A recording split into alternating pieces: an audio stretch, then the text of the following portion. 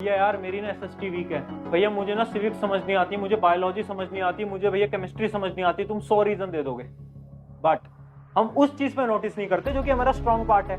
कुछ बच्चों की शायद मैथ बहुत ज्यादा स्ट्रॉन्ग होगी, कुछ बच्चों की शायद यहाँ पर साइंस बहुत ज्यादा स्ट्रॉन्ग होगी। अगर तुम आर्ट्स बैकग्राउंड के हो, तुम्हारा एक सब्जेक्ट स्ट्रॉन्ग होगा, हम उसको नोटिस ही नहीं करते। हम क्या करते हैं ना, हम वीक सब्जेक्ट्स को नोटिस करते हैं, हम कभी स्ट्रॉन्ग सब्जेक्ट्स को नोटिस नहीं करते। और यहीं पर ही मेरी एक स्ट्रेटेजी आती है। स्ट्रेटेजी का नाम है कि हम स्ट्रॉन्ग सब्जेक्ट की मदद से वो जो वीक सब्जेक्ट्स है ना, उनको भी स्ट्रॉन्ग बना लेंगे। कैसे? ध्यान से सुनना। इमेजिन करते हैं एक स्टूडेंट है जिसका वीक सब्जेक्ट है एसएसटी। उसको एसएसटी बिल्कुल समझ नहीं आती। जैसे वो पढ़ने बैठता है एसएसटी, उसे नींद आने लगती है और एसएसटी की वजह से उसकी कंसिस्टेंसी मेंटेन नहीं हो पाती। यही प्रॉब्लम है। इसका सोल्यूशन समझना। देखो हमें क्या करना है, जैसे ही मेरा जो पीक टाइम है ना, जब मेरा फोकस बहुत स्ट्रांग होता है, जैसे कि मेरे टाइम पे, मेरी प्रिपरेशन के टाइम में मेरा जो पीक टाइम होता था वो रात को होता था 12 बजे के बाद। मैं बहुत फोकस्ड रहता था 12-1 बजे।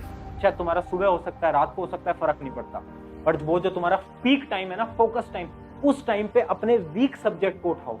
जब तुम अपने पीक टाइम पे अपने वीक सब्जेक्ट को उठाओगे ना, तो उससे फायदा पता है क्या होगा, कि तुम्हें नींद नहीं आएगी और तुम फोकस्ड रहोगे।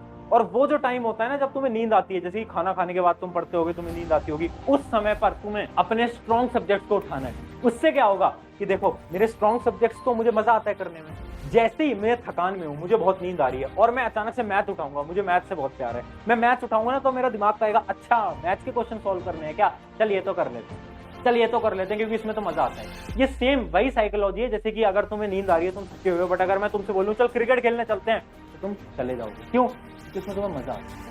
सिमिलरली तुम्हारा एक ऐसा फेवरेट सब्जेक्ट होगा जिसको तुम एक वेपन की तरह यूज कर सकते हो। जब भी तुम थके हुए हो, उस सब्जेक्ट को उठा लो, और जब भी तुम पावरफुल हो तो अपने वीक सब्जेक्ट को उठाओ। स्ट्रेटेजी को तुम समझ गए होगे कि हमें स्ट्रॉन्ग सब्जेक्ट्स की मदद से वो जो वीक सब्जेक्ट्स हैं उनको भी स्ट्रॉन्ग बनाना है। अब फाइनल स्ट्रेटेजी की बात कर लेते हैं, स्टेप 3 की। स्टेप 3 है ट्रैक योरसेल्फ। देखो इसको एक एग्जांपल से समझाता हूं।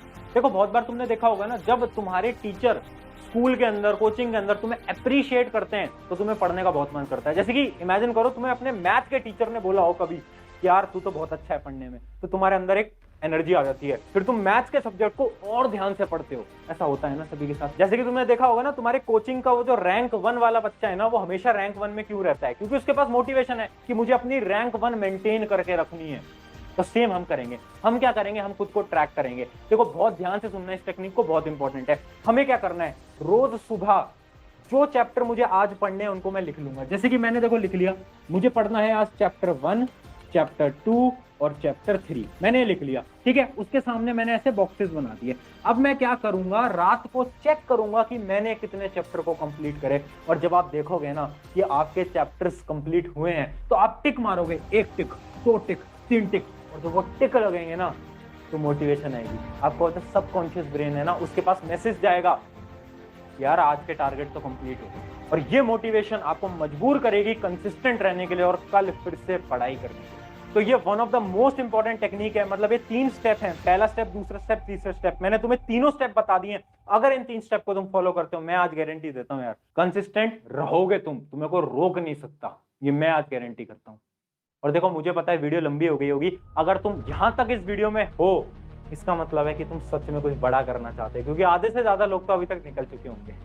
अगर तुम कुछ बड़ा करना चाहते हो तो तुम्हारे लिए एक लास्ट बोनस टिप दे देता हूं, जो कि बहुत ज्यादा इंपॉर्टेंट है। बोनस टिप क्या है यार? एक लाइन है, ये लाइन ना विराट कोहली ने कही थी। विराट कोहली के अंदर इंटरव्यू के अंदर एक सवाल पूछा था, उन्होंने एक लाइन बोली। लाइन ये थी कि कंसिस्टेंसी इज बोरिंग। मतलब हर रोज सेम काम करना बोरिंग होता है। हाँ, तो भैया क्या करें, हम तो बोर हो जाएंगे कंसिस्टेंसी से। देखो सिंपल सी बात है, आपको अगर कंसिस्टेंट रहना है तो वो काम करो जो कि आपका मन आपको करने के लिए नहीं कह रहा। मतलब आपका दिमाग बोल रहा है कि यार थोड़ी देर और सो लेते हैं, उठ जाओ, मत सो।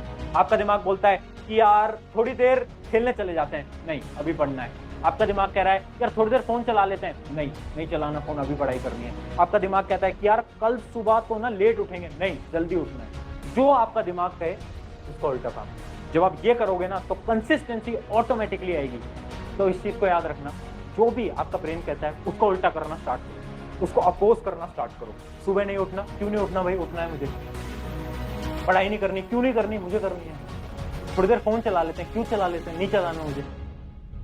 थोड़ी देर शॉर्ट्स चला लेते हैं, यूट्यूब शॉर्ट्स चला लेते हैं, इंस्टा रील चला लेते हैं, नहीं चलाना मुझे यार। थोड़ी देर व्लॉग देख लेते हैं, नहीं देखना मुझे। अपोज करो, कंसिस्टेंसी ऐसे ही बिल्ड होगी। तो ये थी मेरी लास्ट टिप।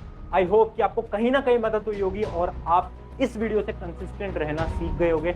इन 3 स्टेप्स को फॉलो करना, और याद रखना अगर कंसिस्टेंसी पानी है तो